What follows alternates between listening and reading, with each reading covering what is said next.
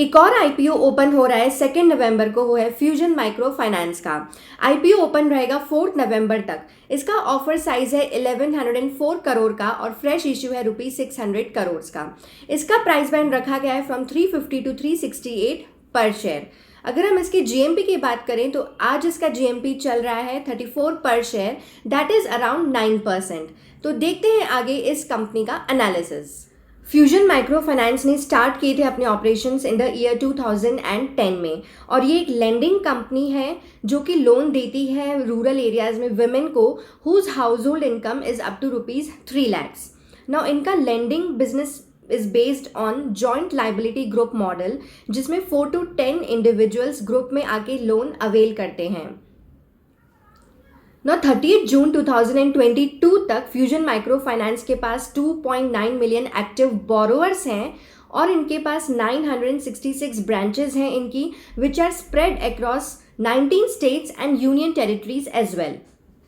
Now, top 5 states together account for 66% of its assets under management.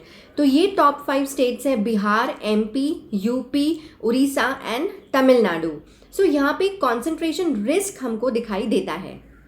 Now, Fusion Microfinance has raised funds through a mix of debt and equity, and last 3 fiscal years में इन्होंने 10,000 करोड़ का date raise किया है and around 500 crore का इन्होंने equity raise करी है। Now, Fusion Microfinance has maintained healthy capital adequacy ratio, which has been more than 15% as per the norms prescribed by the RBI. लेकिन इनका debt to equity ratio for the last 3 fiscal years and for Q1 FY23 has been high, as you can see on the screen. Now, company के finances अगर हम देखें तो Q1 FY23 में the company has earned interest income of ₹360 crore और वहीं इनका PAT था ₹75 करोड़। Now, FY22 एंड 21 को हम कंपेयर करें तो FY22 में इंटरेस्ट इनकम इंक्रीज हो गई है by 30% to 1064 crore from around ₹800 crore in FY21। लेकिन वहीं इनका प्रॉफिटेबिलिटी पैट रिड्यूस हुआ है to ₹21 crore from 43 crore in FY21. Now, why there is a reduction in profitability?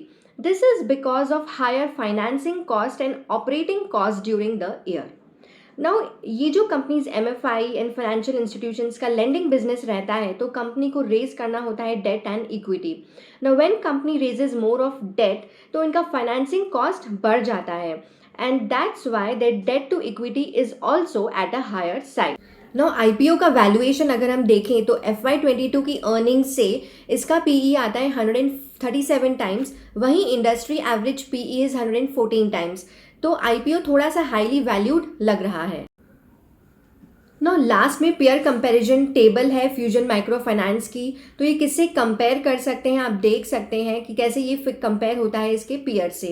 Even last में हमने लिस्टिंग रिलेटेड इन्फॉर्मेशन दी है जो एनबीएफसीज लिस्ट हुई है लास्ट कपल ऑफ ईयर्स में। तो लेट्स एनालाइज कि how much return they have been able to give to the investors. तो from the table we can see that majority of the NBFCs have listed below the offer price, और even अभी जो इनका current market price है वो भी काफ़ी low है as compared to its offer price. So ये NBFCs they have not given very attractive returns to the investors.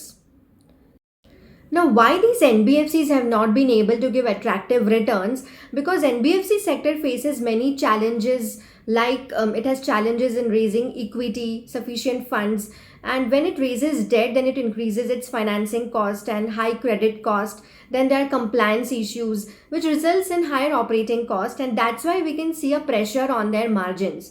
So, looking at all these factors, ये IPO थोड़ा मुझे कम attractive लग रहा है, एंड आई वुड से कि one can avoid this IPO।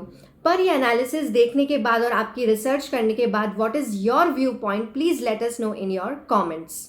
And if you like that analysis, please like, share and subscribe to the channel.